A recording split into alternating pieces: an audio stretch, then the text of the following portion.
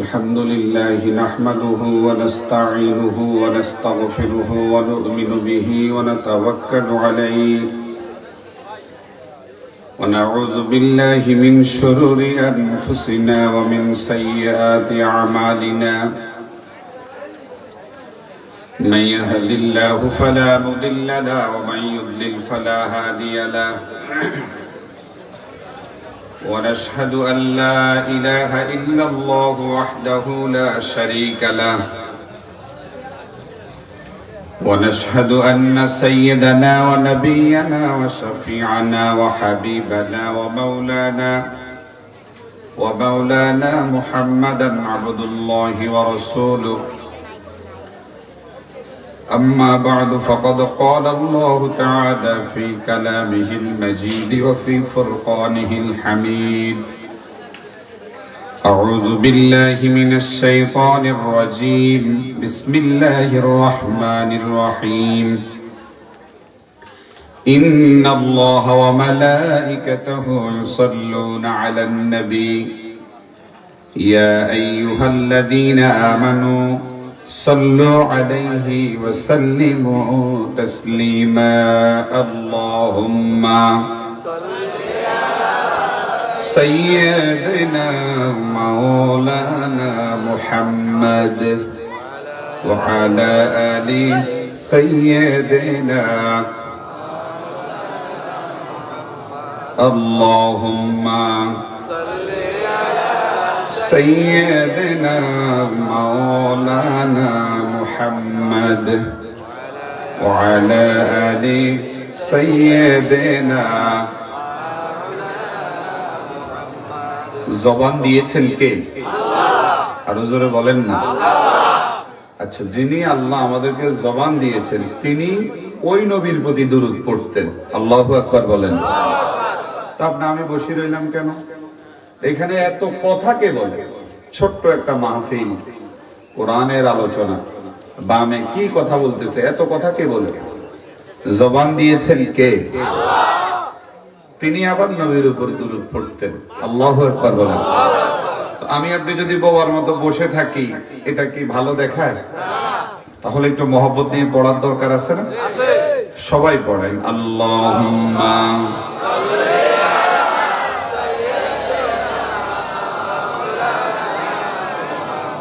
وعلى آل سيدنا হৃদয়ে মুহাম্মদ স্মৃতিতে মুহাম্মদ আদর্শে মুহাম্মদ ভাষাতে মুহাম্মদ আল্লাহুম্মা সাইয়্যিদিনা مولانا محمد وعلى آل سيدنا قرآن محمد حديث محمد مكة محمد مدينة محمد اللهم سيدنا مولانا محمد وعلى آل سيدنا رسول আমার হৃদয় মাঝে ভুলতে পারি না, মন যে আমার চাহে যে যেতে সোনার মদিনা আল্লাহুম্মা সাইয়্যিদিনা মাওলানা মুহাম্মদ ওয়া আলা আলি সাইয়্যিদিনা।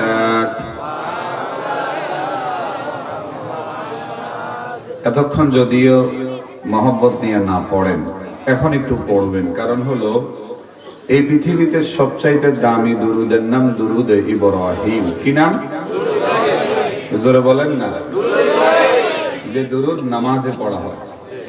অনেক ভদ্র মানুষ আছেন দুরুদ ইব্রাহিমটাও পারেন না, আছে না? এলাকার মধ্যে কিন্তু নানামি ঠিকই করে, মসজিদের সভাপতি, মাদ্রাসার সভাপতি, আবার সালিস দরবারও করে, আসেনি এমন? কিন্তু দুরূদ ইব্রাহিম কথা কন, এর মতো পোড়া কপালওয়ালা আল্লাহর জমিন আর কেউ হতে পারে না। দুরূদ ইব্রাহিম যে বেটা পারে না, এই বেটাও এই দেশের মধ্যে সালিস দরবার করেনি। যাই হোক, আমরা আজকে একটু মহব্বত নিয়ে পড়বো, রাজি আছেন? দাঁড়ানো বাইরে একটু বসে যান, ছোট্ট প্যান্ডেল, মানুষ ভালো হয়েছে, আপনারা বসে গেলে পরিপূর্ণ হয়ে যাবে। কথা বলেন, পড়েন আমার সাথে।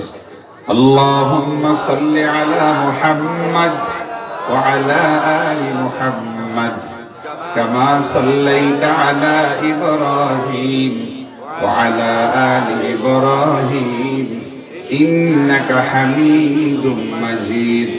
আল্লাহুম্মা বারিক আলা মুহাম্মাদ ওয়া আলা আলি মুহাম্মাদ কামা বারাকতা আলা ইব্রাহিম ওয়া আলা আলি ইব্রাহিম ইন্নাকা হামিদুম মাজিদ। আবার পড়েন, আল্লাহুম্মা সাল্লি আলা মুহাম্মাদ ওয়া আলা আলি মুহাম্মাদ কামা সাল্লাইতা আলা ইব্রাহিম ওয়া আলা আলি ইব্রাহিম ইন্নাকা হামিদুম মাজিদ।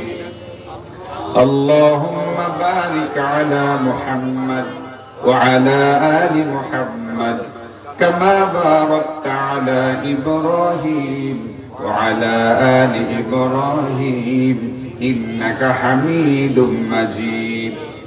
আপনারা সবাই কেমন আছেন? আমাদের আলহামদুলিল্লাহ, আলহামদুলিল্লাহ। আমাদেরকে বাজার থেকে হেফাজত করে এখানে নিয়ে এসেছেন কে? বাজারে তো সারা দিনে থাকি, কথা বলেন। আল্লাহ তাআলা আমাদেরকে অত্যন্ত দয়া করে কোরআনের এই ময়দানে নিয়ে এসেছেন, এই জন্য আমরা খুশি না? আমরা যদি খুশি হয়ে যাই, আল্লাহ খুশি, বলেন সুবহানাল্লাহ। আচ্ছা, আমরা কি লাভের কাতারে আছি না লসের কাতারে? না না না, আমরা তো লসের কাতার, কারণ আমরা চা খেতে পারি না, দোকানে বসে বসে ওনারা চা খায়। আমরা তো বাদাম খেতে পারি না, আমরা তো বাহিরে বসে বসে একটু টিভি দেখতে পারি না। আমরা লসের কাতারে না, আমরা লাভের কাতারে আছি। বলেন আওয়াজ দিয়ে আল্লাহু আকবার। বিসমিল্লাহির রহমানির রহিম। নারায়ে তাকবীর, আল্লাহু আকবার। মিরিকপুর হাফিজিয়া মাদ্রাসা ও আমার ভালোবাসার যুব সমাজের যৌথ উদ্যোগে আয়োজিত 13তম বার্ষিক আজিমুসান তাফসীরুল কোরআন মাহফিলের সম্মানিত সভাপতি, অত্র এলাকার সর্বজন শ্রদ্ধেয় হযরত মাওলানা জহির আহমদ আনসারী, সভাপতি অত্র মাদ্রাসা ও সহসুপার নুরুল উলুম ইসলামিয়া মাদ্রাসা, বিজয়নগর, লক্ষ্মীপুর।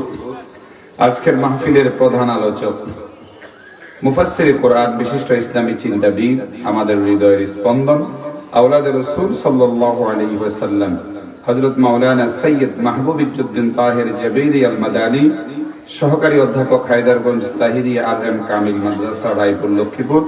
মহতারাম সভাপতি বাংলাদেশ মজলিসুল মুফাসসিরিন লক্ষ্মীপুর জেলা ও চেয়ারম্যান আসসালাম ফাউন্ডেশন। আজকের মাহফিলের সম্মানিত প্রধান আকর্ষণ, সুর সম্রাট মশিউর রহমান, জাতীয় ও আন্তর্জাতিক পর্যায়ে পুরস্কার প্রাপ্ত। আমার মতো অধম, নগণ্য, নালায়েক, অযোগ্য মানুষটিকে আপনারা সুযোগ করে দিয়েছেন। এই জন্য মাদ্রাসা কর্তৃপক্ষ, যুব সমাজ, এলাকাবাসী, মাহবুব ভাই সহকারে সবাইকে আন্তরিক মোবারকবাদ। আমার পূর্বেই কথা বলেছেন আপনাদের অত্র ইউনিয়নের কৃতি সন্তান, সর্বজন শ্রদ্ধেয় ব্যক্তি, আমার অত্যন্ত শ্রদ্ধাভাজন প্রিয় বড় ভাই, গণমানুষের প্রিয় সংগঠন বাংলাদেশ জামাত ইসলামী চন্দ্রগঞ্জ উপজেলা শাখার সংগ্রামী আমির হযরত মাওলানা নূর মোহাম্মদ রাসেল, সভাপতি মজলিসুল মুফাসসিরিন চন্দ্রগঞ্জ থানা। আজকের মাহফিলের বিশেষ আলোচক হযরত মাওলানা নজরুল ইসলাম, খতিব, মিরিকপুর পাটোয়ারি বাড়ি জামে মসজিদ। আমার পূর্বে সংক্ষিপ্ত বক্তব্য দিয়েছেন আমার অত্যন্ত শ্রদ্ধাভাজন, আমার মাথার তাজ সমতুল্য, মানুষ গড়ার কারিগর জনাব মাওলানা রুহুল আমিন, সেক্রেটারি, লক্ষ্মীপুর সদর উপজেলা মাধ্যমিক শিক্ষক সমিতি। আজকের এই মাহফিলের এছাড়াও অনেক গণ্যমান্য ব্যক্তিবর্গ আছেন, জনাব তাজুল ইসলাম পাটোয়ারি, জনাব আনোয়ারুল হক বাবুল, জনাব নজির আহমেদ, জনাব মুস্তাফিজুর রহমান, জনাব মুমিনুল্লাহ সুফি, জনাব নাদিম মেহেদি দোলন, জনাব জামাল উদ্দিন, জনাব ইউসুফ আলী, জনাব আব্দুল হান্নান, জনাব শহীদুল্লাহ পাটোয়ারি, জনাব আতিকুজ্জামান, এবং বাংলাদেশ জামাত ইসলামী লক্ষ্মীপুর জেলা শাখার সংগ্রামী অ্যাসিস্ট্যান্ট সেক্রেটারি জনাব অ্যাডভোকেট মহসিন কবির মুরাদ এবং অত্র ইউনিয়নের কৃতি সন্তান, আমার অত্যন্ত শ্রদ্ধাভাজন প্রিয় বড় ভাই, ভালোবাসার মানুষ, সম্মানের মানুষ, বাংলাদেশ জাতীয়তাবাদী দল বিএনপির লক্ষ্মীপুর জেলা শাখার যুগ্ম আহ্বায়ক, প্রবীণ আইনজীবী জনাব অ্যাডভোকেট হাসিবুর রহমান, জসকোট লক্ষ্মীপুরের সিনিয়র আইনজীবী, মঞ্চে উপবিষ্ট হাজারাত ওলামায়ে কেরাম। বিশেষ আকর্ষণ, হামদনাথ পরিবেশন করছেন অনুপম শিল্পী গোষ্ঠী। আমাকে দাওয়াত করেছেন মাহবুব ভাই, মঞ্চে উপবিষ্ট হাজরাত ওলামায়ে কেরাম, সামনে উপস্থিত তাওহীদি জনতা। সবাই ভালো আছেন? কারণ আমি বাদ দিই নাই, কেউ যেন বেজার না হয়। উনারা খুশি থাকলে আল্লাহ খুশি, ঠিক নেই? অন্য কিছু চাওয়ার দরকার না, শুধু একটু মাদ্রাসার দিক দিয়ে নজর দিলেই আমরা খুশি। কথা বলেন? আমরা এই সমস্ত অতিথিদের নাম কেন বললাম? অন্য কোনো বড় হুজুররা বলতো না। আমি যেহেতু ছোট হুজুর, যেহেতু এলাকার মানুষ, মাদ্রাসাকে ভালোবাসি, সবাই নাম বলছি। আপনাদের কাছে আমার অনুরোধ থাকবে, মাদ্রাসার দিকে একটু নজর দিবেন। রাজি আছেন? আমার 3 আইডি থেকে আপনাদের জন্য লাইভ হচ্ছে, আপনাদের জন্য দোয়া করছি, দোয়া করব। শুধু আবারও আবেদন, আপনারা আমার দিকে চাওয়ার দরকার নাই, চাইবেন কার দিকে? এটাকে আপনাদের দাবি কিনা? আল্লাহ কবুল করুক, বলুন আমিন। দাঁড়ানো ভাইয়েরা বসে যান না, বসে যান। আরে ভাই, যে একটা টেনশনে আছিলাম, মানুষ হইব না না হইব, কাছে দাঁড়ে সব বড় বড় হুজুরদের, আমাদের মাথার তাজদের মাহফিল, তারপরে আপনারা আমাদেরকে অপমান করেন নাই। আল্লাহ যেন আপনাদেরকে অপমান না করে জান্নাতের মেহমান বানাই দেয়। একটু সামনে আসেন, এখন তো জায়গায় নাই, ওই বাইরে দাঁড়ায় রয়েছে, বসেন, আরো জায়গা হবে না ইনশাআল্লাহ। হ্যাঁ, সামনে আসেন, আরো সামনে চলে আসেন, আরো সামনে আসেন, একবারে বসে যান, পরে যেন আর নড়াচড়া করতে না হয়। সামনের দিকে আসেন ভাই, মানুষ হবে ইনশাআল্লাহ, ইনশাআল্লাহ। এমনিতে ফ্যান্ডেল ভরি ইনশাআল্লাহ, ইনশাআল্লাহ। কোরআনের বরকতে নিয়ত যদি সহি থাকে, আর হাফিজি মাদ্রাসার, নুরানি মাদ্রাসার মাহফিলের আলাদা একটা বরকত থাকে। জোরে কোন আল্লাহু আকবার। তো আমরা আলোচনাতে ঢুকে যাই ইনশাআল্লাহ। তো যিনি আমাদেরকে হাজারো মানুষ থেকে যাচাই করে, বাছাই করে, মহব্বত করে কোরআনের আলোচনা শোনার জন্য বাজার থেকে হেফাজত করে জান্নাতি পরিবেশে কবুল করেছেন, তিনাকে আমাদের খুশি করানোর দরকার আছে না? এই জন্য কি ফেসবুকে পোস্ট করা লাগবে না? তাহলে কি বলতে হবে? এই তো সবাই বুঝে গেছে, কি বলতে হবে? ছোট্ট করে শুধু বলবেন আলহামদুলিল্লাহ। বলেন আলহামদুলিল্লাহ, আরো জোরে বলেন আলহামদুলিল্লাহ। খুশি হয়েছেন কে? খুশি হয়েছেন কে? বেজার হয়েছেন কে? সব সময় খুশি রাখবো কাকে? সব সময় বেজার রাখবো কাকে? তাহলে বোঝা গেল একজনের সহজে খুশি করানো যায়। আপনি আমারে খুশি করাইতে পারতেন না, আমিও আপনারে খুশি করাতে পারবো না। আপনি আপনার মাকে খুশি করাতে পারবেন না, আপনি আপনার বাবাকে খুশি করাতে পারবেন না, বন্ধুরে পারবেন না, বউরে পারবেন না, কিন্তু একজনরে পারবেন। এবার চিৎকার করে বলেন তো, তার নাম আল্লাহ। রাত্রে 12টা বাজে ডাক দিলেও তিনি হাজির, রাত্রে 3টা বাজে ডাক দিলেও, লঞ্চের কেবিনে বিপদে পড়ছেন ডাক দিলেও তিনি আল্লাহ। আওয়াজ করে বলেন আল্লাহু আকবার, আরো জোরে বলেন আল্লাহু আকবার। আমার প্রিয় বন্ধুরা, সুখের সময়ও তিনি আমাদের জন্য বন্ধু, দুঃখের সময়ও তিনি আমাদের জন্য বন্ধু।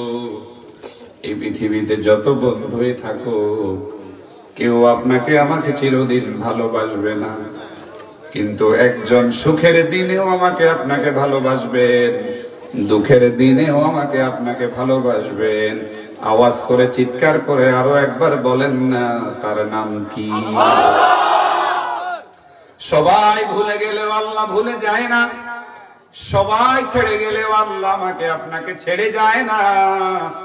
কিন্তু দুনিয়ার মানুষ, কিভাবে আপনি আপনার আল্লাহকে ছেড়ে চলে যান, এটাই তো আফসোস। আমার আল্লাহ কোরআনুল কারীমের মধ্যে জানায়া দিয়ে বলে, ইয়া আইয়ুহাল ইনসান, ওহে মানুষ, মা গররাকা বিরব্বিকাল কারীম। দুনিয়ার কোন এমন মোহ, দুনিয়ার কোন এমন চাকচিক্য, দুনিয়ার কোন এমন বাহাদুরি, দুনিয়ার কোন এমন নেতাগিরি, দুনিয়ার কোন এমন জিনিস তোমারে আমি রব থেকে আলাদা করে দিয়েছে। ও আরিফ মিয়াজি, ও মিরিকপুর এলাকার জনগণ, তুমি বুঝো না। পুরাটা সপ্তাহ চলে গেল, তুমি আমার কদমে একটা সেজদা দিলা না। পুরোটা সপ্তাহ চলে গেল, তুমি নবীর সম্মানে দুরূদ একবারও পড়লা না। ও মিরিকপুর এলাকার জনগণ, আমার আল্লাহ যেন বলে, ইয়া আইয়ুহাল ইনসান, ওহে মানুষ, মা গররাকা বিরব্বিকাল কারীম। দুনিয়ার কোন এমন মোহ, দুনিয়ার কোন এমন চাকচিক্য, দুনিয়ার কোন এমন যৌবনের ক্ষমতা তোমাকে আমি রব থেকে আলাদা করে দিয়েছে? ওরে আমি তো এমন রব, আমি তো এমন রব, আমি তো এমন রব। এই রবের ব্যাখ্যা হলো এটা, চাওয়ার আগে, চিন্তা করার আগে ব্যবস্থা করেন যিনি, তিনি হলেন আমার আপনার রব। আওয়াজ করে বলেন আল্লাহু আকবার। কিভাবে ব্যবস্থা করলো? চাওয়ার আগে একটু মনোযোগ দিয়ে শুনেন কিভাবে ব্যবস্থা করলো। ও দুনিয়ার মানুষ, আল্লাহ নিজে বলে ইয়া আইয়ুহাল ইনসান, মানুষকে মারফা করে দিয়া আইয়ুহাল ইনসান।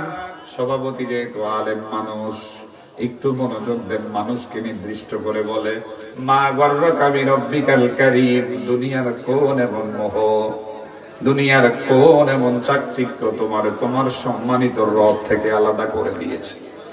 তিনি তো এমন রব, চাওয়ার আগে তোমার সব ব্যবস্থা করে। প্রশ্ন জাগে, হুজুর এটা আবার কেমনে? আমারও 3টা সন্তান, আপনি আমি মায়ের গর্ভের মধ্যে ছিলাম। আমার একটু বলেন তো, আমি আপনি যখন আমার মায়ের গর্ভের মধ্যে ছিলাম, আমার আপনার খাবারের জন্য আমার মা এবং আমার বাবার কোনো চিন্তা করা লাগছেনি? জোরে বলেন না, আরো জোরে বলেন। আমার 3টা সন্তান, 2টা ছেলে 1টা মেয়ে, আমার কোনো চিন্তা করার দরকার হয় নাই। চেয়ারম্যানের কাছে অ্যাপ্লিকেশন করার দরকার হয় নাই। দুনিয়ার মানুষের কাছে বলার দরকার হয় নাই যে আমার সন্তান আমার স্ত্রীর পেটের মধ্যে। ও মিরিকপুর এলাকার জনগণ, সেই পেটের মধ্যে, আমার স্ত্রীর পেটের মধ্যে, আমার মায়ের পেটের মধ্যে সামান্য মাত্র জায়গা 8 থেকে 10 ইঞ্চি। এটা হলো ডাক্তারদের কথা। আরো ছোট জায়গা, আরো ছোট জায়গার মধ্যে আমাদেরকে আল্লাহ তাআলা মা বাবা চাওয়ার আগে, মা বাবা আল্লাহকে বলার আগে আমার আপনার আল্লাহ আমারে আপনারে হেফাজতে রেখেছেন। আওয়াজ করে চিৎকার করে বলেন না আল্লাহু আকবার। চাওয়া লাগছে না, চিন্তা করা লাগছে না, তিনি তো রব, চাওয়ার আগে যেটা ব্যবস্থা করে। এরপরে আমি আপনি দুনিয়ার জমিনে আসছি। দুনিয়ার জমিনে আসার পরে আমার মায়ের সাথে আমার যে নাটটা ছিল, এটা যখন কেটে দিয়েছে, মুরব্বীরা বুঝবে, অনেক ছোট বাচ্চারা বুঝবে না। নাড় কাটার আগ পর্যন্ত কিন্তু বাচ্চা কোনো চিৎকার দেয় নাই, ঠিক নেই? যখন তারটাকে আলাদা করে দেওয়া হয়, তখনই কিন্তু বাচ্চা ওয়াও করে চিৎকার দিয়ে যেন বুঝায়, হায় রে, এই তারের মাধ্যমে আমার খাবারের ব্যবস্থা হয়েছে, আমি এখন কি খাবো? আমার আল্লাহ যেন বুঝাইয়া দেয়, ও আমার বান্দা, ও আমার বান্দি, চিন্তা করার দরকার নাই, এই তার আলাদা করে দিয়েছি, তাতে কি হয়েছে? আমি তো রব, আমি তো রব, আমি তো রব, চিন্তা করার দরকার নাই। আগে যদি একটা লাইন ছিল, আমি আল্লাহ এখন তোমার মায়ের স্তনের মধ্যে 2টা লাইনের ব্যবস্থা করে দিয়েছি। তিনি হলেন রব, চাওয়ার আগে তিনি সব ব্যবস্থা করেন। কথা বলেন। এবার আমাকে বলেন, হুজুর 15 বছর হয়েছে বিয়ে করেছি, সন্তান হয় না। আল্লাহ আমাকে একটা সন্তান দিয়েছে, জন্মগ্রহণ করার পরে আবেগে যদি সন্তানের মুখের মধ্যে গরুর গোশতের টুকরা দিয়ে দিই, সন্তান বাঁচবে না মরে যাবে? কারণ হলো এখনো রবের সিদ্ধান্ত গরুর গোশত খাওয়ার জন্য না, এখন হলো রবের সিদ্ধান্ত মায়ের স্তন থেকে নরম তরল দুধ সে গ্রহণ করবে। ও মিরিকপুর এলাকার জনগণ, এবার আমারে বলেন তো, এই রিজিকের ব্যবস্থা স্বামী অথবা স্ত্রী অথবা আমার মা এবং আমার বাবা আল্লাহর কাছে চেয়েছে নাকি? চাওয়ার আগেই তিনি ব্যবস্থা করে দিয়েছেন। আওয়াজ করে আরো একবার বলেন আল্লাহু আকবার। তাহলে ওই মুহূর্তে গরুর গোশত খাওয়ালে মারা যাবে, ওই মুহূর্তে মায়ের স্তনের দুধ খাওয়ানো লাগবে। এরপরে এবার কোরবানি আসছে। আপনি চিন্তা করলেন, আমি 2 লক্ষ টাকা দামের গরু জবাই করেছি, আমার সন্তান আগামী বছর পর্যন্ত বাঁচে না মরে, আমি একটা হাড্ডি তার মুখে দিয়ে দিই। এখনো তার দাঁত ওঠে নাই। আমার আল্লাহ বলে সেটিং এ ভুল করো না, এখনো তার দাঁত ওঠে নাই, হাড্ডি তার গলাতে আটকা পড়ে যাবে। কথা বলেন ঠিক কিনা? তাহলে বলেন তিনি আলহামদুলিল্লাহি রাব্বিল আলামিন, প্রশংসা তো তার যিনি রব্বুল আলামিন, রব্বিল আলামিন। তিনি তো ওই রব, চাওয়ার আগে তিনি সব ব্যবস্থা করেন। আওয়াজ করে আরো একবার বলেন আল্লাহু আকবার। সেই রব বলে ইয়া আইয়ুহাল ইনসান, হে মানুষ, মা গররাকা বিরব্বিকাল কারীম, দুনিয়ার কোন এমন মোহ, দুনিয়ার কোন এমন চাকচিক্য তোমার সম্মানিত রব থেকে আলাদা করে দিয়েছে? মাইকিং হয়েছে, পোস্টারিং হয়েছে, লাইটিং হয়েছে, কি চমৎকার পোস্টার, কি চমৎকার আয়োজন, কি চমৎকার সাউন্ড সিস্টেম, তারপরেও তুমি কোরআনের আলোচনা শোনার জন্য, আল্লাহর আলোচনা শোনার জন্য এই জায়গার মধ্যে আসলা না। আফসোসটা করে কে? আরো জোরে বলেন না। ও আমার বন্ধুরা, তাহলে আমাদের রবের খুশির জন্য আমরা এই জায়গার মধ্যে আছি। আল্লাহর দরবারে দোয়া করি, আল্লাহ আমাদের আজকের মাহফিল, আমাদের মাদ্রাসা, আমাদের যুব সমাজ সবাইকে আল্লাহ আপনি কবুল করে নিন। আরো জোরে বলেন। আমার প্রিয় বন্ধুরা, হাফিজিয়া মাদ্রাসা এই মাহফিল আপনাকে আমাকে সুখ দিবে 6 ঘন্টা, কিন্তু হাফিজিয়া মাদ্রাসা আপনাকে আমাকে সুখ দিবে 24 ঘন্টা। সুবহানাল্লাহ বলেন। এই কারণে আমি পায়ে ধরে বলি, ও বিজয়পুর এলাকার জনগণ, দল মত নির্বিশেষে, কে আওয়ামী লীগ, কে বিএনপি, কে জামাত, কে জাতীয় পার্টি, এটা চিন্তা না করে মনোযোগ দিয়ে শুনবেন যে আমাদের ছোট ভাই আরিফ নিয়াজি বলে গিয়েছে, হাফিজিয়া মাদ্রাসা একটা নিয়ামত, হাফিজিয়া মাদ্রাসা নুরানি মাদ্রাসা বাঁচার একটা মাধ্যম। ওলামায়ে কেরাম আছেন বাংলাদেশে একটা মাসআলাতে সবাই একমত। আওয়ামী লীগের হুজুরদেরকে বলা হয় ওলামা লীগ, বিএনপির হুজুরদেরকে বলা হয় ওলামা দল, জামাতের হুজুর বলেন, শিবিরের হুজুর বলেন, তালগাছ বল, বটগাছ, গামছাওয়ালা যত দলের হুজুর আছে, একটা মাসআলার ক্ষেত্রে সবাই একমত। সেটা হলো তেলাওয়াত শুদ্ধ না হলে নামাজ হবে না। জোরে ভাই না, তেলাওয়াত শুদ্ধ না হলে নামাজ হবে না। দাড়ি যত বড়ই হোক, জুব্বা যত বড়ই হোক, পাঞ্জাবি যত বড়ই হোক, যত বড় দলের নেতাই হন না কেন, তেলাওয়াত যদি শুদ্ধ না হয় নামাজ হবে না। আর তেলাওয়াত শুদ্ধের অন্যতম মাধ্যম হলো নূরানি এবং হাফিজিয়া মাদ্রাসা। আওয়াজ করে বলেন না আল্লাহু আকবার। সুতরাং জান্নাতে যদি যেতে চান, সন্তানদেরকে আগে নূরানি মাদ্রাসাতে পড়ান। রাজি আছেন? আগে অন্তত 3টা বছর নূরানি মাদ্রাসাতে পড়ান, এরপরে আপনার ছেলেকে আপনি এমবিবিএস ডাক্তার বানান, ইঞ্জিনিয়ার বানান, ইসলামে কোনো বাধা নাই। আগে অন্তত পক্ষে তার তেলাওয়াতটা শুদ্ধ করেন। আমি সব জায়গার মধ্যে বুঝানোর জন্য বলি, জানাজার নামাজে হুজুর হায়ার করবেন না, জানাজার নামাজে হুজুর হায়ার করবেন না, জানাজার নামাজে হুজুর হায়ার করবেন না। 2 জায়গাতে হুজুর হায়ার করবেন না, একটা হলো জানাজার নামাজ আর একটা হলো কোরবানি। রাজি আছেন সবাই? সবাই রাজি আছেন? খানায়ে কাবার ইমাম যদি আপনার জানাজার নামাজ পড়ায়, কত মায়া জন্মাবে না? আপনার বাড়ির পাশের ঘরের বাতিজা জানাজা পড়ালে যত মায়া জন্মাবে। জোরে বলেন না সুবহানাল্লাহ।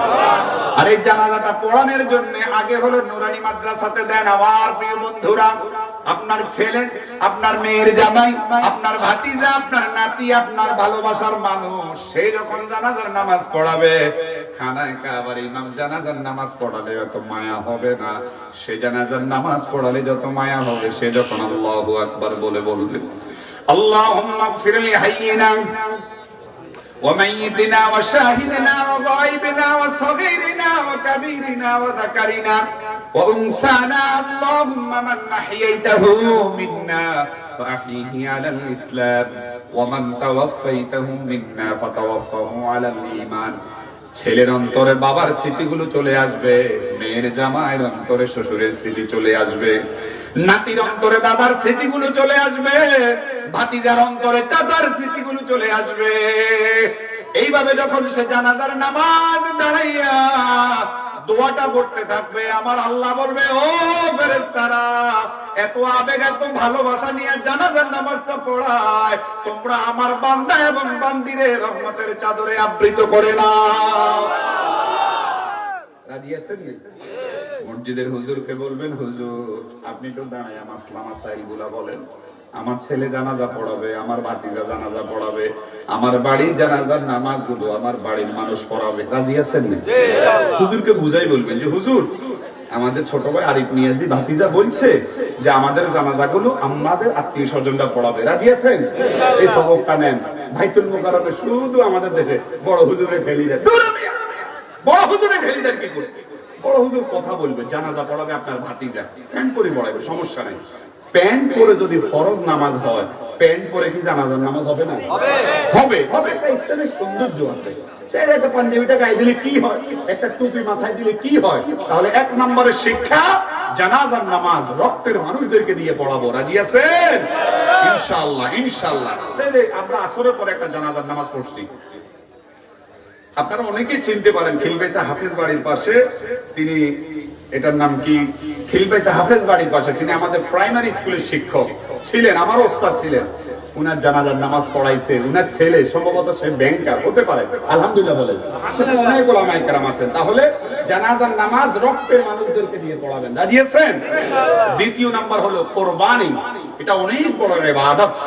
এটাও নিজের কোরবানি নিজে দিবেন, তবে হুজুর নে ঠকাইয়েন না ভাই, এটা ফরজ না, ওয়াজিবও না, সুন্নতে মুআক্কাদাও না, লাজিমও না।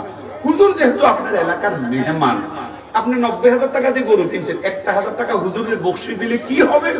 দালালে খায়ালা 5,000 টাকা, তাকে আনতে খায়ালা 2,000 টাকা। মসজিদের ইমাম যত ঠকান, শুধু মসজিদের ইমামদেরকে, এমন জানোয়ার এই মিরিকপুর বাজারে আসেনি। এর সংসার 2 লাখেও হয় না, হুজুরে যত কম দিতে পারে। একজন আলেম, নবীর ওয়ারিস, সে সামনে দাঁড়ায়, রাষ্ট্রপতি পিছনে দাঁড়ায়, সে সামনে দাঁড়ায়, প্রধান উপদেষ্টা পিছনে দাঁড়ায়, তার সামনে দাঁড় করিয়ে দিয়েছেন কে? আল্লাহ। ওই মিম্বারটা রাসূলুল্লাহর মিম্বার। আল্লাহু আকবার বলেন। যত হুজুরদের ঠকাইবেন তত নিজে ঠকবেন, যত হুজুরদের ঠকাইবেন তত নিজে ঠকবেন। 5 লাখ কামায় বউ চলে যায়, 5 লাখ কামায় মাইয়া প্রেম করে চলে যায়, 5 লাখ কামায় বাচ্চা হয় না, 5 লাখ কামায় রাতে ঘুম হয় না, 5 লাখ কামায় 40 বছর বয়সে ডায়াবেটিস। আসেনি? এরা কারা? সুখ নাই, সুখ নাই, টাকাতে সুখ নাই। এরা হলো তারা যারা আলেমদের সমালোচনা নিয়ে, আলেমদেরকে ঠকানো নিয়ে ব্যস্ত থাকে। কথা বলেন ঠিক কিনা? তাহলে কি শিখাইলাম? জানাজার নামাজ রক্তের মানুষদেরকে দিয়ে পড়াবেন, কোরবানি নিজেরটা নিজে করবেন, কিচ্ছু বলার দরকার নাই। বলতে হইব বিসমিল্লাহি আল্লাহু আকবার। বলেন আল্লাহু আকবার। যেটা বলার দরকার এটা বলে না। বিসমিল্লাহি আল্লাহু আকবার না বললে কোরবানি হবে না। বলার দরকার বিসমিল্লাহি আল্লাহু আকবার, হিসেবে সেলফি উঠায়। বলার দরকার বিসমিল্লাহি আল্লাহু আকবার, এটামে গোস দিয়ে গরুরে ধরে। বলার দরকার বিসমিল্লাহি আল্লাহু আকবার, এটামে নাম কয়। সব বুয়া কথা। বলতে হবে বিসমিল্লাহি আল্লাহু আকবার। বলে না বিসমিল্লাহি আল্লাহু আকবার, সবাই পারে। সুতরাং নিজের গরু নিজে জবাই করবেন। তবে মসজিদের হুজুরকে কমিটি সবাই মিলে, যে আমরা এলাকাতে যেহেতু 10টা গরু জবাই হইব, আমরা হুজুরকে 10,000 টাকা হাদিয়া লই দিই না। 10টা গরুর দাম 10 লাখ টাকা, এখন 1 লাখ টাকার নিচে কোনো গরু নাই।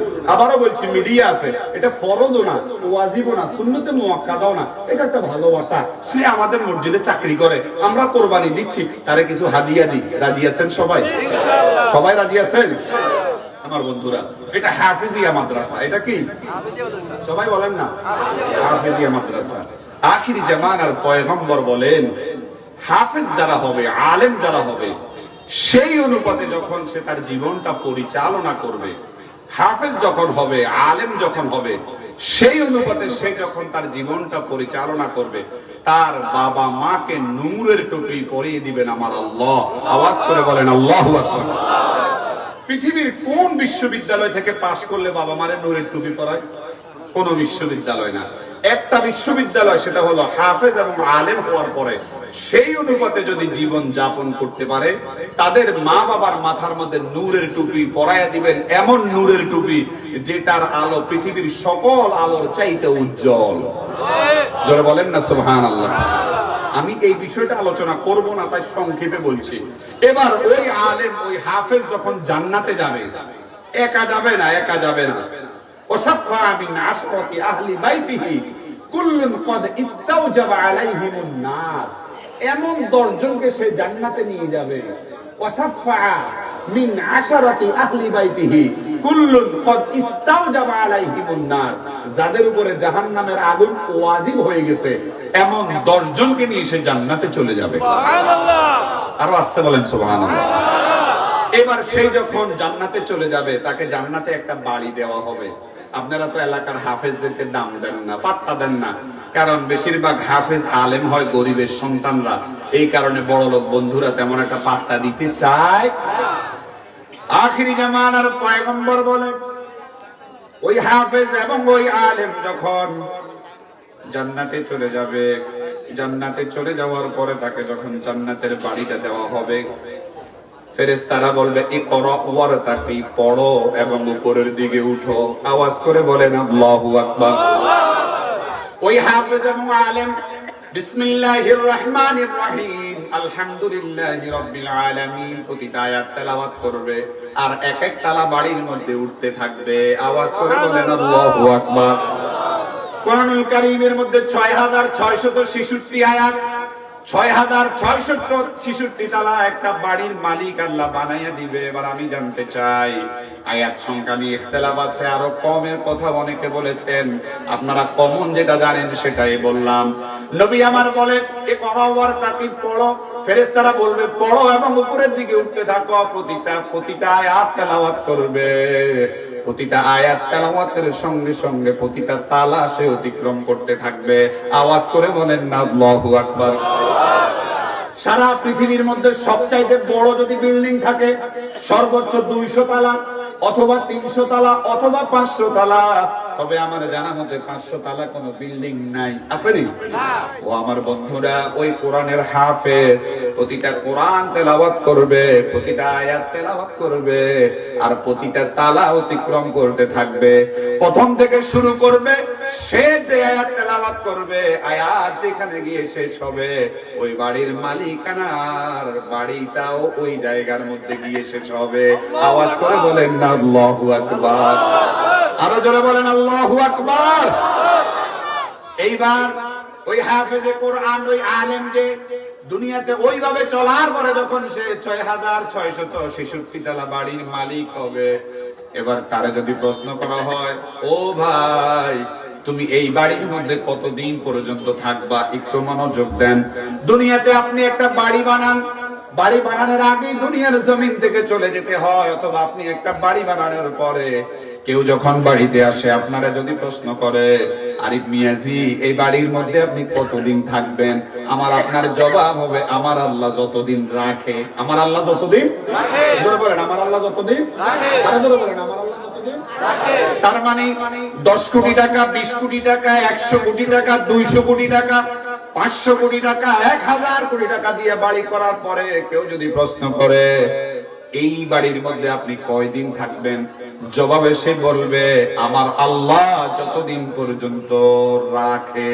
আর ওই জান্নাতি মানুষটারে যদি বলা হয় আপনি ওই বাড়ির মধ্যে কতদিন থাকবেন, সে জবাবে বলবে আমার আল্লাহ যতদিন পর্যন্ত থাকে। আল্লাহু আকবার।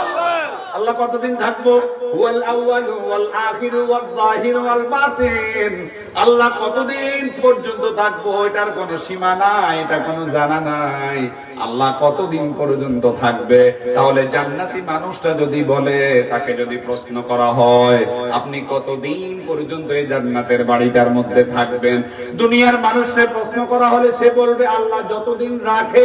আর জান্নাতি মানুষটা জবাব দিয়ে বলবে আল্লাহ যতদিন পর্যন্ত থাকে। ও আমার বন্ধুরা, এবার বলেন হাফেজে কোরআন এবং আলেম বানানোর দরকার আছে নি? সবাই বলেন রাজি আছেন সবাই? এই কারণে হাফিজিয়া মাদ্রাসার মধ্যে সন্তান দিতে রাজি আছেন নি? না না, আপনারা তো মনে করেন যে মাদ্রাসা পড়লে মনে খাওয়ান হয় না, এটাই তো আপনাদের চিন্তা। আচ্ছা একটু বলেন তো দেখি, সবচাইতে ভালো খায় কারা? হুজুররা। বেতন যদিও একটু কম দেয়, কিন্তু খাওয়ানোর বেলা আইলে কিন্তু 2 নম্বরই করে না, বোঝামাই লাগি যায়। তুমি জানো না আজকে হুজুরের খাওয়া ফারবের মূর্খ আনলেও আনে, আল্লাহু আকবার কয় না। এটা তো বাস্তবতা, এটা সত্য কথা। বেতন যদিও তেমন একটা না দেয়, কিন্তু খাওয়ানোর বেলা মাসে একবার আইলে মোটামুটি সবাই মিলে ভালোটা খায়, যে আজকে হুজুরের খাওয়ান, তুমি হুজুর জানো না যে ঠিক আছে টিয়া তো তেমন নাই, ফারবের মূর্খকে মাইল আনেনি, তার মানে হুজুর ভালোটা খায়, হুজুর ভালোটা খায়। খাওয়াই কে? আল্লাহ। জোরে বলতে হবে, খাওয়াই কে? আরেকটা মজার কথা বলি, এটা একটু দুষ্টামি আর কি। যদি চিন্তা করা হয় যে বাংলাদেশের সবচাইতে বউ সুন্দর কাগজ, জবাব আসবে হুজুর গো, আলহামদুলিল্লাহ কয় না, কাগো কাগো জোরে কয় না।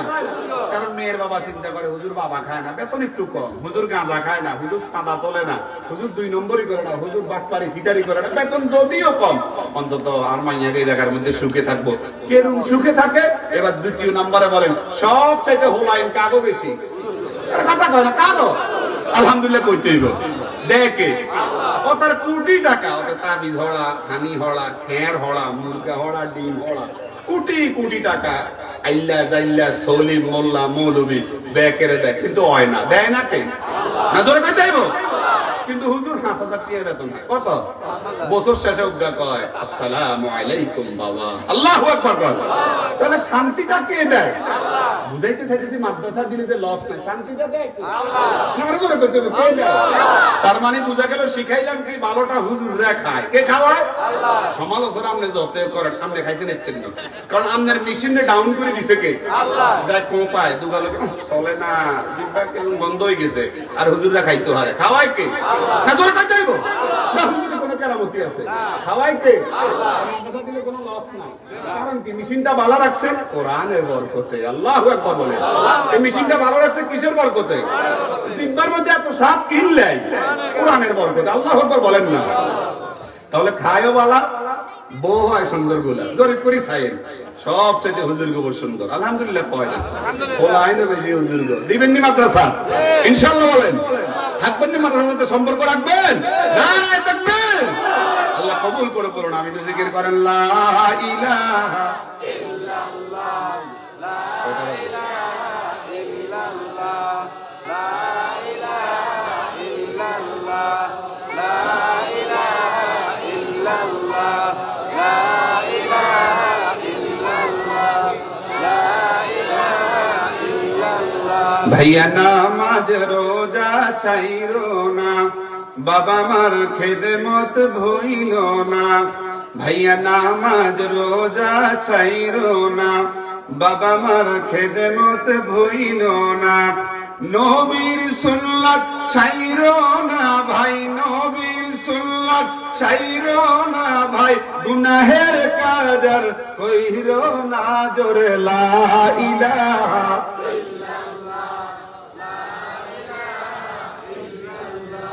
লা ইলাহা লা ইলাহা লা ইলাহা ইল্লাল্লাহ, জোরে লা ইলাহা ইল্লাল্লাহ বলো, লা ইলাহা লা ইলাহা লা ইলাহা। দিন থাকিতে নেকি করো সদা, কাজে লাগবে সন্ধ্যাবেলা, দিন থাকিতে নেকি করো সদা, কাজে লাগবে সন্ধ্যাবেলা, অন্ধকার কবর তোমায় থাকতে হবে একলা, জোরে লা ইলাহা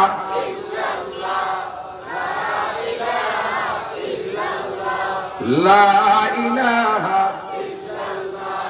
লা ইলাহা লা ইলাহা লা ইলাহা ইল্লাল্লাহ মুহাম্মাদুর রাসূলুল্লাহ সাল্লাল্লাহু। তাহলে মাদ্রাসার সাথে সম্পর্ক রাখবেন নাকি? ইনশাআল্লাহ। যদি সন্তানাদি নাও দেন, অন্তত মাদ্রাসাটা যেন টিকে থাকে, এই জন্য আল্লাহর দরবারে দোয়া করবেন, আল্লাহ আমাদের এলাকার মাদ্রাসা এই মাদ্রাসা নাকি আমাদের জান্নাতে যাওয়ার মাধ্যম। আল্লাহ আমাদের এই মাদ্রাসাটাকে আপনি কবুল করুন। এরপর অর্থনৈতিক যত সাপোর্ট দরকার আপনারা সহযোগিতা করবেন, রাজি আছেন? এই মাদ্রাসা থেকে যারা বের হবে তারা নবীকে অনেক বেশি ভালোবাসবে, তারা আল্লাহকে অনেক বেশি ভালোবাসবে। আর নবীর ভালোবাসা ব্যতীত জান্নাতে যাওয়া সম্ভব? সম্ভব। নবীকে ভালোবাসছেন, রাসূলুল্লাহর সাহাবীরা কত মহব্বত করছেন, আমি এটার আপনাদেরকে ছোট্ট কয়েকটা উদাহরণ দিলেই আপনারা বুঝতে পারবেন। মনোযোগ আছে নি? সবার মনোযোগ আছে? আখিরি জামানার পয়গম্বর বিশ্বনবী মুহাম্মদুর রাসূলুল্লাহ সাল্লাল্লাহু আলাইহি ওয়াসাল্লাম, ওনার একজন খাদেম বা পালক পুত্র ছিল, তার নাম হলো যায়েদ বিন হারেসা। কি নাম? জোরে বলেন না।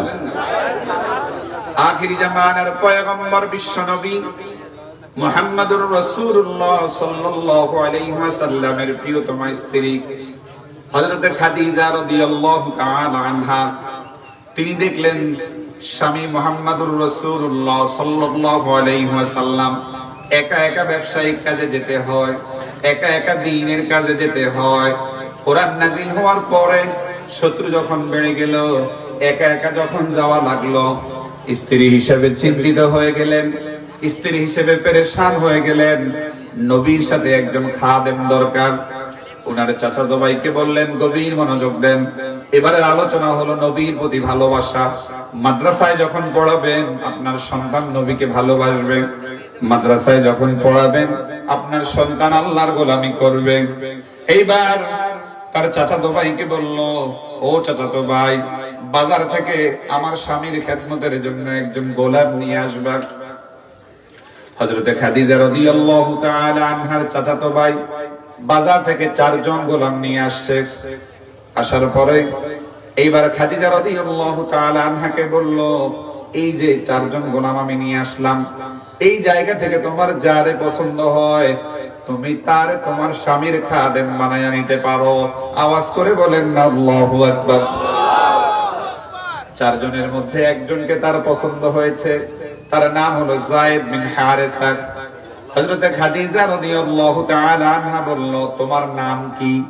আমার নাম যায়েদ, আর আমার বাবার নাম হলো হারেসা, পুরোটা মিলে হলো যায়েদ বিন হারেসা। বলল ঠিক আছে। চাচাতো ভাইকে বলল, চাচাতো ভাই, চাচাতো ভাইকে বলল, চাচাতো ভাই, আমার তো এই গোলামটাকে পছন্দ হয়েছে, তোমার নাম কি? আমার নাম যায়েদ, আমার বাবার নাম হলো হারেসা, দুটো মিলেই হলো আমার নাম হলো যায়েদ বিন হারেসা। ঠিক আছে, এই ছেলেটাকে আমার পছন্দ হয়েছে। এই যায়েদ বিন হারেসা আমার রাসূলের খাদেম ছিল, এই যায়েদ বিন হারেসা আমার রাসূলের পালক পুত্র ছিল। আখিরি জামানার পয়গম্বর বিশ্বনবী মুহাম্মদুর রাসূলুল্লাহ সাল্লাল্লাহু আলাইহি ওয়াসাল্লামের জীবনের 2টা সফর হলো কষ্টের সফর।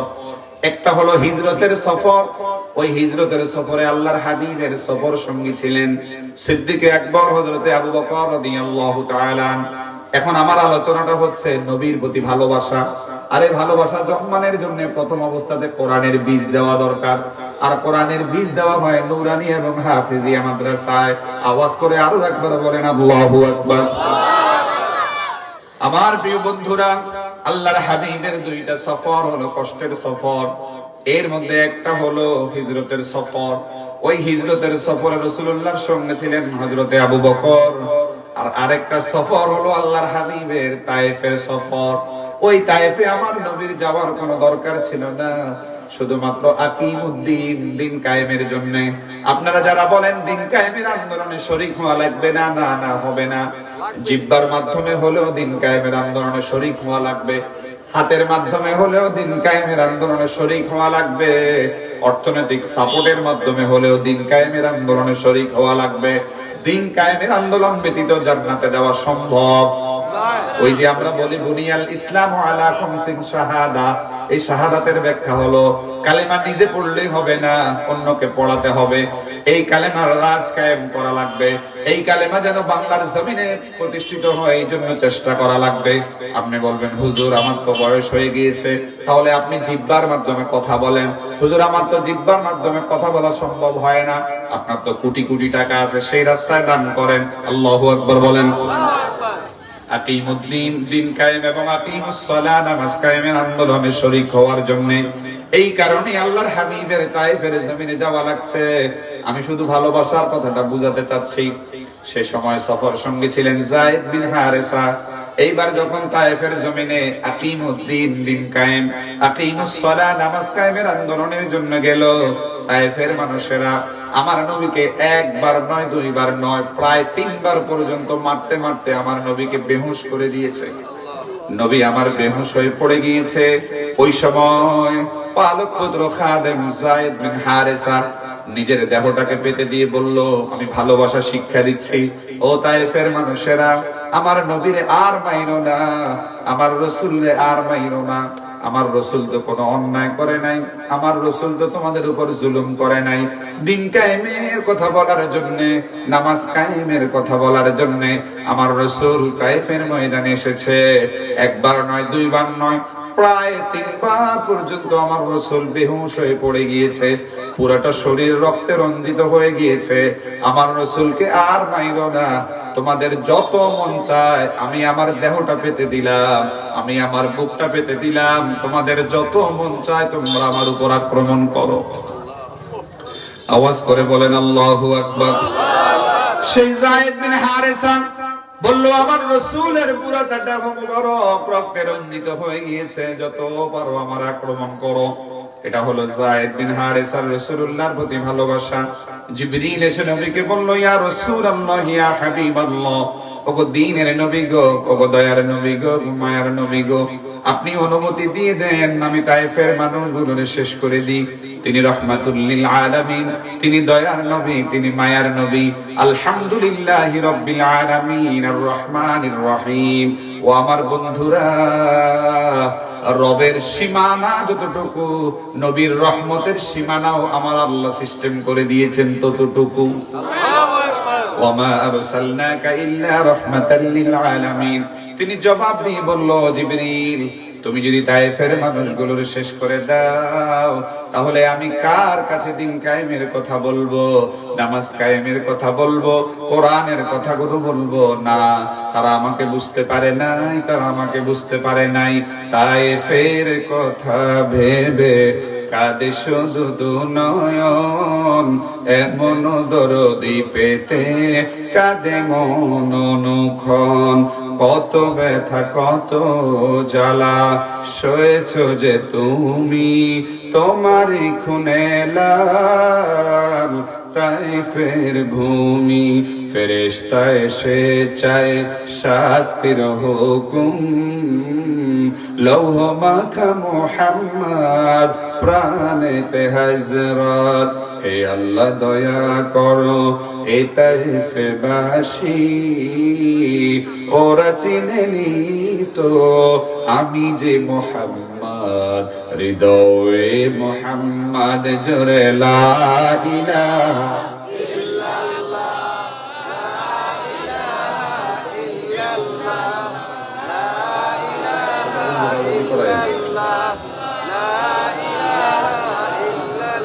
লা ইলাহা লা ইলাহা লা ইলাহা।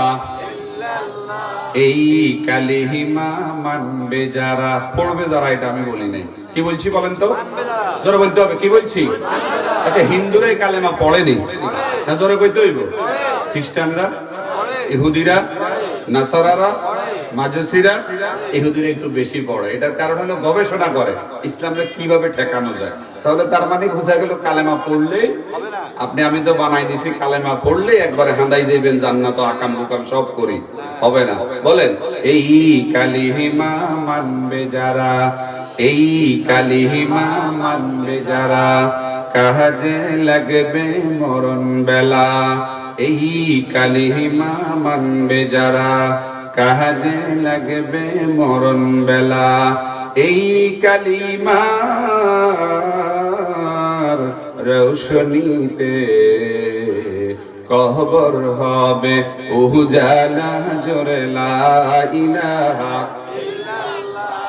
লা ইলাহা লা ইলাহা লা ইলাহা ইল্লাল্লাহু মুহাম্মাদুর রাসূলুল্লাহ সাল্লাল্লাহু আলাইহি ওয়াসাল্লাম।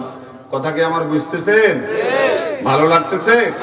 তাহলে দিন কায়েমের আন্দোলনে শরীক হওয়া লাগবে ভোটের আগের দিন পর্যন্ত। ভোটের দিন সকালবেলা আর দরকার নাই, কারণ হুজুরগত টিয়া পয়সা নাই, এই কারণে আর ভোট দিতে যাইতেন না। এটা নি কথা। ইমান তো আপনাদের বিক্রি হয়ে যায় 500 টাকার মধ্যে, ঠিক নেই? ওই 500 টি আল্লাহ আবার মোটামুটি 10,000 টাকা ঘুষ দেওয়ার লাগে। কথা বলেন ঠিক কি না? আমাদের মতো বেকুব জাতি, আমাদের মতো পাঠা জাতি, আমাদের মতো অপদার্থ জাতি আর নাই। 500 টাকা 1000 টাকার জন্য অন্যদিকে ভোট দেয়, এই 500 টাকার 1000 টাকার তেল বের করে 10,000 টাকা নিয়ে। কথা বলেন ঠিক কি না? আবার হাঁটি হাঁটি করে চেয়ারম্যান সাহেব তো ঘুষ খাইছে। আরে বেটা, ঘুষ খাইতে কি করবো? তুমিও তো ভোট দিছো ঘুষ দিয়ে। ওর কথা পায় না, বাস্তব কিনা? তাহলে কালেমার রাজ কায়েম হোক। যদি পারি জিহ্বা দিয়ে, যদি পারি হাত দিয়ে, যদি পারি কথার মাধ্যমে, যদি পারি সশরীরে, যদি পারি অর্থনৈতিক ভাবে সাপোর্ট করতে কে কে রাজি আছেন আল্লাহকে দেখান। নারায়ে তাকবীর, নারায়ে তাকবীর। আল্লাহ কবুল করুক, বলুন আমিন। হুজুর এটা ভোটের রাত 12টা পর্যন্ত। তাকবীর, নারায়ে তাকবীর, আল্লাহু আকবার। আল কোরআনের আলো, সংসদে জালো, আল কোরআনের আলো। আল্লাহ কবুল করুক, বলুন আমিন। সানরাইজ পর্যন্ত যে হুজুর আমনেগো ওয়াজ আমি সব লাগাত বলি যে ইসলামপন্থী যারা রাজনীতিবিদ তাদের সাথে আপনারা আছেন সানরাইজ পর্যন্ত। সানরাইজ 12টা পর্যন্ত। সানরাইজ 12টার পরে তো আমরা তাহাজ্জুদে হাঁদাই যাই। আমরা তত রাত বিরাই টানার অভ্যাসও নাই। মদ গাদাও ইসলামপন্থীরা খায় না, মানুষের ঘরেও যায় না। 12টার আগে আমরা হাঁদাই যাই, 12টার পরে মোটামুটি এই এতদিনের ভালোবাসা কেসকেচ্ছে নটকগার লগে শেষ। পরবর্তীতে আবার 10,000 টাকা দেওয়ার লাগে। আপনিও ঘুষখোর, সেও ঘুষখোর। পরে আবার দোকানের মধ্যে গিয়া সংসদ ভবন চালান যে চেয়ারম্যান সাহেব, মেয়র সাহেব টাকা খাইছে। খাইতো না কি করবো? আপনি যে সামলাইতে আনারিয়া টিয়া খাইছেন, কেউ না দেখলেও কে দেখছে? এটা কি বাদ দেওয়া যাইবনি? যাইবনি? আমরা টাকা নিব না, আমরা টাকা পরবর্তীতে টাকা দিব না। রাজি আছেন? সৎ যোগ্য ব্যক্তিকে আমরা ভোট দিব, আমরা টাকার বিনিময়ে অন্যায়কারীকে ভোট দিব না। রাজি আছেন সবাই? ইনশাআল্লাহ বলেন ইনশাআল্লাহ। আমি আর 20 মিনিট সময় নিব। রাসূলুল্লাহর সাহাবীরা রাসূলকে কত ভালোবাসতেন, আপনারা ভালোবাসা আমাদেরকে দিয়েছেন আলহামদুলিল্লাহ। আমরা খুব টেনশনে ছিলাম মানুষ হয় কি হয় না, আলহামদুলিল্লাহ। একটু মনোযোগ দেন, এবার আপনাদের কাছে ভালো লাগবে। আল্লাহর হাবিবের একজন সাহাবী, তার নাম হলো হযরতে সাদ সালামী। একটু মনোযোগ দেন ভাই, উঠিয়েন না। আমরা ফরজই মানি না, আর রাসূলুল্লাহর সাহাবীরা সুন্নাত ছাড়ে না। আল্লাহু আকবার বলেন, আরো জোরে বলেন আল্লাহু আকবার। কালো সাহাবী, গরীব সাহাবী, বসন্তের দাগওয়ালা সাহাবী। কালো সাহাবী, গরীব সাহাবী, বসন্তের দাগওয়ালা সাহাবী। আল্লাহর হাবিবের দরবারে এসে বলতেছে, হুজুর আমি কি জান্নাতে যেতে পারবো না? রাসূল বলল, সাদ সালামী তুমি জান্নাতে যাবা কি যাবা না এটা পরের কথা। আমি একটু তোমার কাছে জানতে চাই, তুমি কি আমার রক্ত ঝরা কালেমাটা গ্রহণ করেছো? ফুলওয়ালা কালেমা বলে নাই, কোরমা ফলাওর কালেমা বলে নাই। ও সাদ সালামী তুমি কি আমার রক্ত ঝরা কালেমাটা গ্রহণ করেছো? আল্লাহু আকবার বলেন। চোখের পানি ছেড়ে দিয়ে হযরত সাদ সালামী বলল, ইয়া রাসূলুল্লাহ ইয়া হাবিবাল্লাহ, আমি আপনার রক্ত ঝরা কালেমা আজ নয়, কাল নয়, 1 মাস নয়, 2 মাস নয়, প্রায় 8 মাস পূর্বে আমি আপনার রক্ত ঝরা কালেমা গ্রহণ করেছি। সাদ সালামী তাহলে তুমি জান্নাতে যাবা না, এই জন্য তোমার চিন্তা কিসের? হুজুর আমি না 8 মাস পূর্বে কালেমা গ্রহণ করার পরে সব আদায় করেছি, কেবলমাত্র শুধুমাত্র একমাত্র আমি আপনার একটা সুন্নাত আদায় করতে পারি নাই। এই কারণে আমার ভয় হয় আমি জান্নাতে যেতে পারবো কি পারবো না। একটু আওয়াজ দিয়ে সিংহের মতো গর্জন দিয়ে বলেন আল্লাহু আকবার। কয়টা সুন্নাত? আর এখন যদি আপনারা বস্ত করে ফজর নামাজ পড়ছেন নি ডিসকলি, মাগরিবের নামাজ পড়ছেন নি ডিসকলি, এসব নামাজ না হলে মানুষ কি কইব, এই জন্য পড়ছি। এই কারণে ওয়াজ দিয়ে কালেমার রাজ কায়েম হবে না যতদিন পর্যন্ত কোরআন সংসদে চলে না যায়। কথা কোন ঠিক কিনা? এটার জ্বলন্ত প্রমাণ পাইছি কেমনে? 31st নাইটে আমার মাহফিল ছিল নারায়ণগঞ্জ, সাইনবোর্ডের পরে আমার গাড়ি যখন আসতেছে মনে হয় আল্লাহর গজব আমার গাড়ির উপরে পড়ে, এত আতশবাজি। খোদার কসম করে বলে আমার মনে হয় গত 15 বছরে এত আতশবাজি হয় নাই, এই বছর যত হয়েছে। আমি তো আমার ড্রাইভার বাইরে গেলে বাইর ডর লাগে, মনে হয় আর গাড়ির উপরে না পড়বো। ওয়াজ করি আইছি 31st নাইট হারাম, এই কারণে মনে আর না মনে গজব দিয়ে মারিয়া লাগবে। কথা কি বুঝাইতে পারছেন? তার মানে কোরআন সংসদে না যাওয়া পর্যন্ত ঘরে ঘরে মাহফিল হইলো তেমন একটা লাভ। কথা কি বুঝাইতে পারছি? এই কারণে এবার একটু সচেতন হন, এবার একটু বান্ডিল বাদ দেন, মিঠা কথা বাদ দেন, এবার একটু ন্যায় ইনসাফের দিকে আসেন। রাজি আছেন? হযরত সাদ সালামি চোখের পানি ছেড়ে দিয়ে বলল, ওয়াল্লাযী বা'আসাকা বিল হাক্কি নাবিয়্যা লাকাদ শাহিদতু আল্লা ইলাহা ইল্লাল্লাহু ওয়া আন্না মুহাম্মাদান আবদুহু ওয়া রাসূলুহু ক্বাবলা আন আজলিসা ফি হাযাল মাজলিস বিসামানিয়াতি আশহুর। ওগো দ্বীনের নবী গো, ওগো দয়ার নবী গো, ওগো মায়ার নবী গো, আজ নয় কাল নয়, প্রায় 8 মাস পূর্বে আমি আপনার কদমের সামনে এসে আপনার রক্ত ঝরা কালেমা গ্রহণ করেছি। সুবহানাল্লাহ জোরে কন না। ও সাদ সালামি, তাহলে তুমি জান্নাতে যেতে পারবা না, এই জন্য তোমার চিন্তা কেন? হুজুর, সব সুন্নাত আমি আদায় করেছি, কিন্তু একটা সুন্নাত আমি আদায় করতে পারি নাই, এই জন্য আমার ভয় হয় আমি জান্নাতে যেতে পারবো কি পারবো না। 20 মিনিট আমি বয়ান করব, আর পরে বলবেন হুজুর মাইক ছেড়ে দিয়েছেন, 1.5 ঘন্টার উপরে যাওয়া যাবে না। হুজুর, সব সুন্নাত আমি আদায় করেছি, একটা সুন্নাত আমি আদায় করতে পারি নাই, এই জন্য আমার ভয় হয় জান্নাতে যেতে পারবো কি পারবো না। কারণ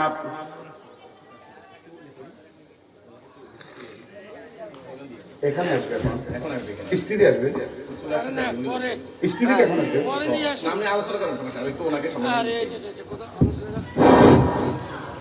প্রধান মেহমানের আগমন, প্রধান মেহমানের আগমন, আল্লামা মাহবুব ইজ্জুদ্দিন তাহের জাবরিল আলমাদের আগমন, আউদ রাসূলের আগমন, আউদ রাসূল সাল্লাল্লাহু আলাইহি সাল্লামের আগমন, মিরপুরের পক্ষ থেকে, মিরপুরের পক্ষ থেকে, মিরপুরের পক্ষ থেকে, মাহফিলের পক্ষ থেকে, এলাকাবাসীর পক্ষ থেকে আজকের মাহফিলের প্রধান তাফসীরকারকের আগমন, শুভেচ্ছা স্বাগত। লিল্লাহে তাকবীর, লিল্লাহে তাকবীর, লিল্লাহে তাকবীর। আলহামদুলিল্লাহ বলেন, আরো জোরে বলেন আলহামদুলিল্লাহ। আমরা রসুলকে দেখি নাই, কিন্তু রসুলের আওলাদকে আমরা দেখতে পাই। আলহামদুলিল্লাহ বলেন। উনি আমাদের মাথার তাজ, আমাদের মাজলিসুল মুফাসসিরিনের জেলা সভাপতি আওলাদ রসুল মাহবুব জাবের হুজুর আমাদের মাঝে এসে উপস্থিত হয়েছেন। আমরা সবাই পড়ি আলহামদুলিল্লাহ। আমরা অল্প কিছুক্ষণ সময় নিব। হযরত সাদ সালামি জবাব দিয়ে বলল, ইয়া রাসূলুল্লাহ, ইয়া হাবিবাল্লাহ, আমি শুনেছি আপনি বলেছেন আল নিকাহু সুন্নতি, মান রাগিবা আন সুন্নতি ফালাইসা মিন্নি। তিরমিজির বর্ণনায়, তিরমিজি 2য় খণ্ডতে, বিয়ে আপনার একটা প্রিয় সুন্নাত। আমি তো সব সুন্নাত আদায় করলাম, কিন্তু একটা সুন্নাত আমি আদায় করতে পারলাম না। হুজুর বলল, সাদ সালামি, কি কারণে তুমি একটা সুন্নাত আদায় করতে পারলা না? ইয়া রাসূলুল্লাহ, ইয়া হাবিবাল্লাহ, ওগো দ্বীনের নবী গো, ওগো দয়ার নবী গো, ওগো মায়ার নবী গো, আমি কালো মানুষ, আমি গরিব মানুষ, আমার শরীরের মধ্যে বসন্তের দাগ, এই কারণে মদিনা মুনাওয়ারার বিভিন্ন জায়গাতে আমি 8 মাস যাবত বিয়ের প্রস্তাব দিয়েছি, কেউ আমার কাছে মেয়ে বিয়ে দিতে রাজি হয় না। ওগো দ্বীনের নবী গো, আমার ভয় হয় একটা সুন্নাত আদায় না করার কারণে না জানি আমাকে জাহান্নামে যাওয়া লাগে। আওয়াজ করে বলেন না আল্লাহু আকবার। হুজুর বলল, সাদ সালামি, কি বলো? কেবলমাত্র একটা সুন্নাত তুমি শুধু আদায় করতে পারো না? বলল, ইয়া রাসূলুল্লাহ, এটাই সঠিক কথা। বলল, সাদ সালামি, তুমি কি আমার একজন সাহাবী আমর ইবনুল ওয়াহাব আল কারশিকে চিনো নাকি? বলল, হ্যাঁ, আমি তো তারে চিনি। ও মিরপুর এলাকার জনগণ, তিনি কেমন মানুষ? তিনি হলো সাইয়্যিদ বানি সাকিফ, তিনি হলো সাইয়্যিদ বানি সাকিফ, মদিনা মুনাওয়ারার একটা গোত্র প্রধান, একজন ধনাঢ্য ব্যক্তি, একজন বড়লোক মানুষ। বলল, ঠিক আছে, তুমি যদি তাকে চিনে থাকো তাহলে একটা কাজ করো, তুমি তার ঘরের মধ্যে চলে যাও, তবে শোনো রে সাদ সালামি, ঘরের মধ্যে যাওয়ার পরে ফাকরা ইল বাবা কোরআন রাকিকা, আর দরজাটাকে তুমি জোরে ধাক্কা দিও না, আস্তে করে ধাক্কা দিও। তার মানে রাসূলুল্লাহর এই জায়গার মধ্যে সুন্নাহ হলো কারো ঘরের মধ্যে গেলে দরজা জোরে ধাক্কা দেওয়া যাবে না, সালাম দিয়ে আস্তে করে ধাক্কা দেওয়া লাগবে। এটাই হলো আমার নবীর সুন্নাহ। আওয়াজ করে বলেন না সুবহানাল্লাহ। আর আমরা যে জোরে গেট ধাক্কা দিই, ভিতরে ছোট বাচ্চারা থাকে, মেয়েরা থাকে, তারা চলে এসছে।